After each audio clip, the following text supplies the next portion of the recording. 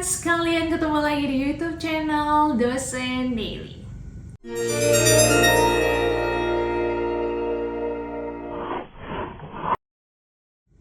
Assalamualaikum warahmatullahi wabarakatuh. Ketemu lagi, walaupun cukup lama ya nggak bikin video, mohon maaf, masih karena kesibukan. Dan saya pengen sekali sebenarnya berbagi melalui YouTube channel Dosen Daily ini, karena saya lihat banyak banget semakin hari yang pengen jadi dosen. Alhamdulillah, terima kasih teman-teman semua.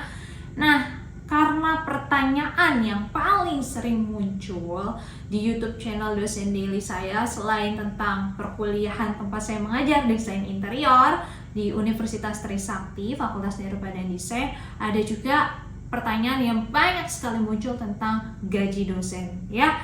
Kalau sebelumnya saya pernah bahas tentang apa aja sih peluang kita, prospek kita untuk mendapatkan uang tambahan gitu ya, salary tambahan selain gaji bulanan. Kali ini saya ingin membahas gak lepas dari gaji dosen sebenarnya adalah nominal.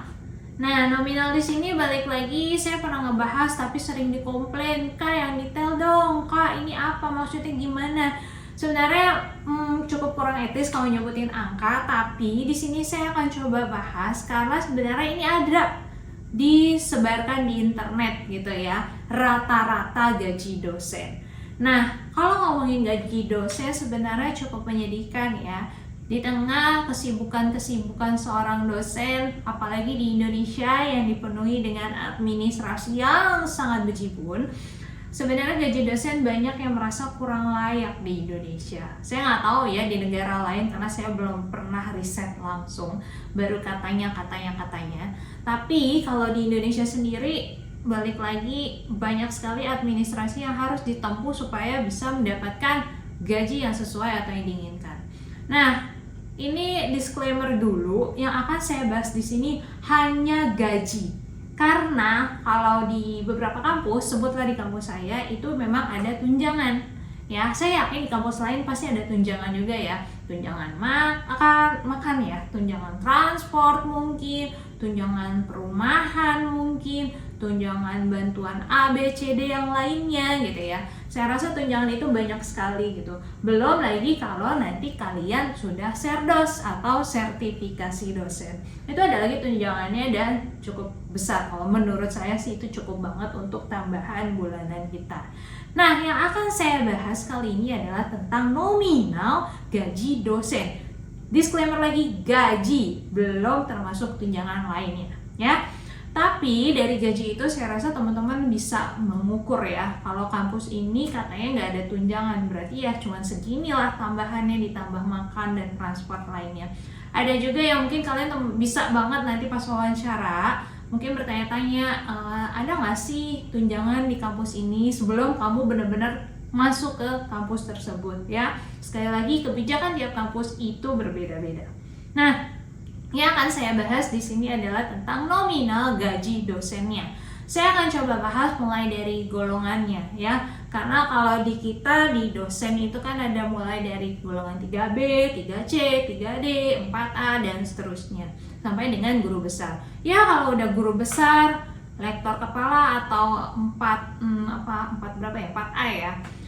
Menurut saya itu udah cukup lah. Menurut saya itu udah cukup banget untuk tambahan atau gaji bulanan.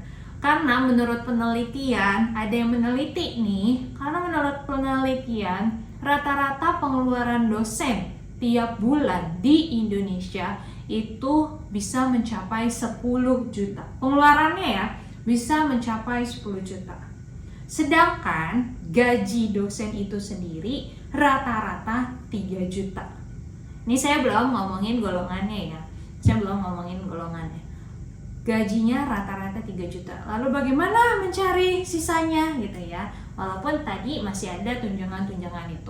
Oh iya, buat yang bertanya-tanya, tunjangan serdos itu sendiri kalau dari pemerintah selama belum berubah nih, biasanya di atas 2 juta.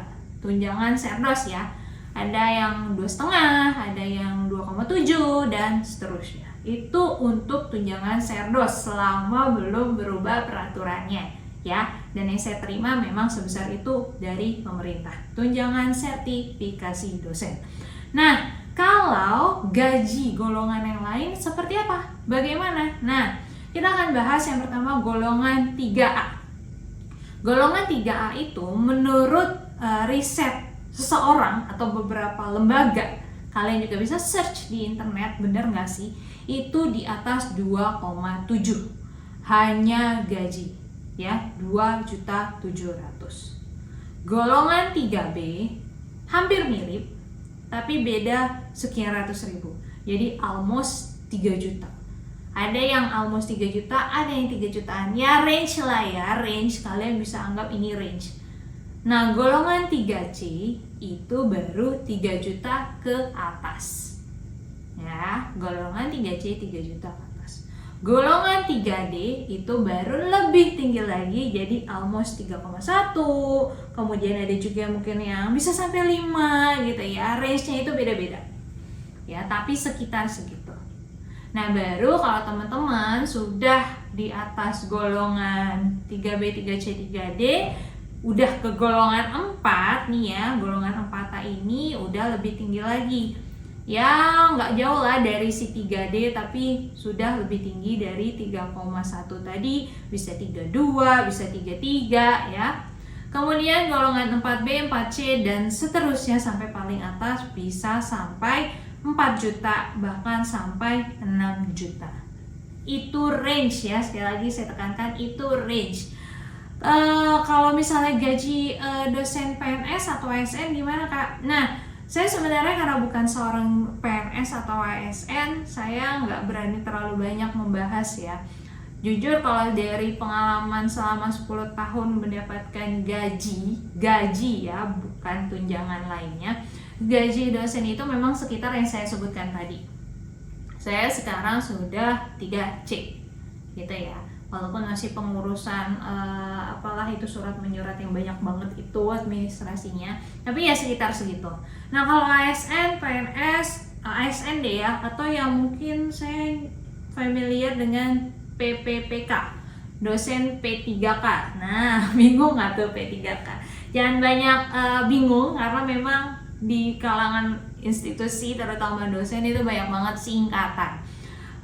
Kalau menurut data yang saya dapat, topik mengenai P3K ini itu tentang pegawai pemerintah dengan perjanjian kerja, which is mungkin kalau diambil gampangnya kayak kontrak kali ya, tapi dikontrak sama pemerintah gitu. Nah, dosen P3K ini biasanya yang diangkat sebagai pegawai ASN ya, aparatur sipil negara. Nah, tapi dengan perjanjian kerja. Justru yang P3K atau yang ASN ini katanya gajinya lebih besar. Kenapa? Karena mungkin seleksinya dari kepemerintahan lebih ketat ya. Pastilah namanya ASN gitu ya, banyak banget tata tertib yang lebih ketat. Mungkin tidak seperti kita yang di kampus negeri atau swasta lainnya yang non ASN gitu ya. Jadi wajar kalau menurut saya mereka lebih besar. Nah, golongan atau gaji dosen dari golongan P3K ini, PPPK ini, itu katanya lebih tinggi, bisa sampai 6 juta. Saya nggak tahu ya, alhamdulillah sih, alhamdulillah. Sayangnya sih ya, saya belum punya kenalan dari dosen P3K ini gitu, PPPK ini. Tapi kalau menurut data atau riset, memang gaji mereka bisa sebesar itu. Ya, balik lagi itu menurut saya wajar karena dari seleksi yang mereka lalui, persyaratannya banyak, mereka harus banyak lagi tes ini, tes itu, menurut saya itu wajar. Ya, jadi sekarang pilihan buat teman-teman yang baru mau menjadi dosen atau yang sudah jadi dosen tapi pengen boleh nggak beralih. Nah, silakan di search bagaimana menjadi atau mengikuti tes dosen P3K tadi, PPPK tadi, atau yaudah deh Kak, saya terima aja dengan gaji dosen yang sebesar ini, tapi mungkin kamu bisa lebih rajin lagi mencari proyek lainnya, misalnya riset, pengabdian masyarakat, atau proyek-proyek lainnya yang terkait dengan keilmuan kamu selama tidak melalaikan kewajiban kamu sebagai dosen di perguruan tinggi tempat kamu mengajar atau home base kamu. Oke, itu aja menurut saya bisa saya sampaikan. Maaf mungkin kalau ada salah-salah kata. Jangan lupa di like, komen, dan subscribe YouTube channel Dosen Daily. Dan boleh di komen di bawah topik apa lagi yang ingin kalian bahas. yang mungkin bisa saya bahas di episode berikutnya ya. Mudah-mudahan menjawab. Jangan lupa di like, comment, subscribe, dan boleh juga di DM di Instagram saya @chacoffee CHACOFFEE, atau mungkin mau nanya-nanya seputar perkuliahan desain interior. Saya senang banget kalau cerita tentang desain interior. Boleh di DM juga atau di follow Instagram tempat saya mengajar @interior.trisakti. Oke, itu aja. Sampai ketemu di video berikutnya. Sampai ketemu lagi. Wassalamualaikum warahmatullahi wabarakatuh. Bye bye.